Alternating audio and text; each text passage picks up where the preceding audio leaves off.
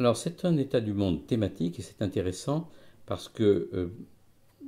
même si c'était la tendance depuis plusieurs années, l'état du monde, qui est une véritable institution,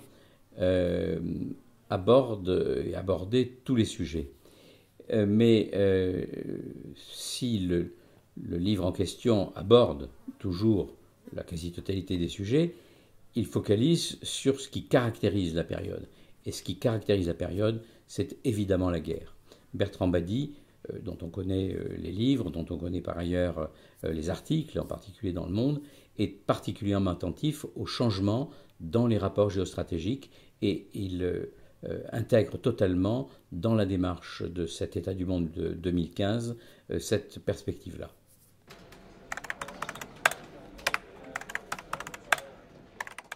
Sans surprise, bien sûr, il s'agit des guerres qui sont en train de se dérouler sous nos yeux. La guerre de Syrie, la guerre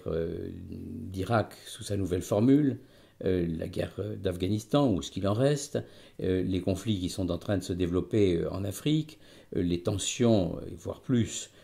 qui se passent en Europe centrale. Et donc, c'est une vision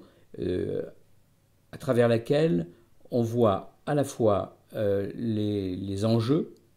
pourquoi un certain nombre de problèmes se règlent-ils ou tentent-ils de se régler par la guerre,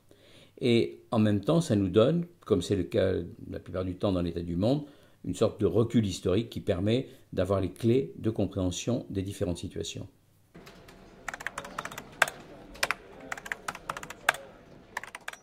Alors elles sont nouvelles à la fois tout simplement parce que certaines d'entre elles sont nées récemment, donc ce sont de nouvelles guerres. Mais en même temps, et c'est intéressant de regarder sous cet aspect-là, elles ont,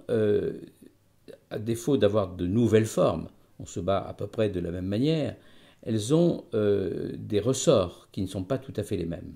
Si on prend par exemple la guerre de la Syrie, ce n'est pas tout à fait inédit, mais ça l'est en grande partie, un pouvoir qui massacre son propre peuple, c'est quand même quelque chose d'assez nouveau, en tout cas sous cette forme-là.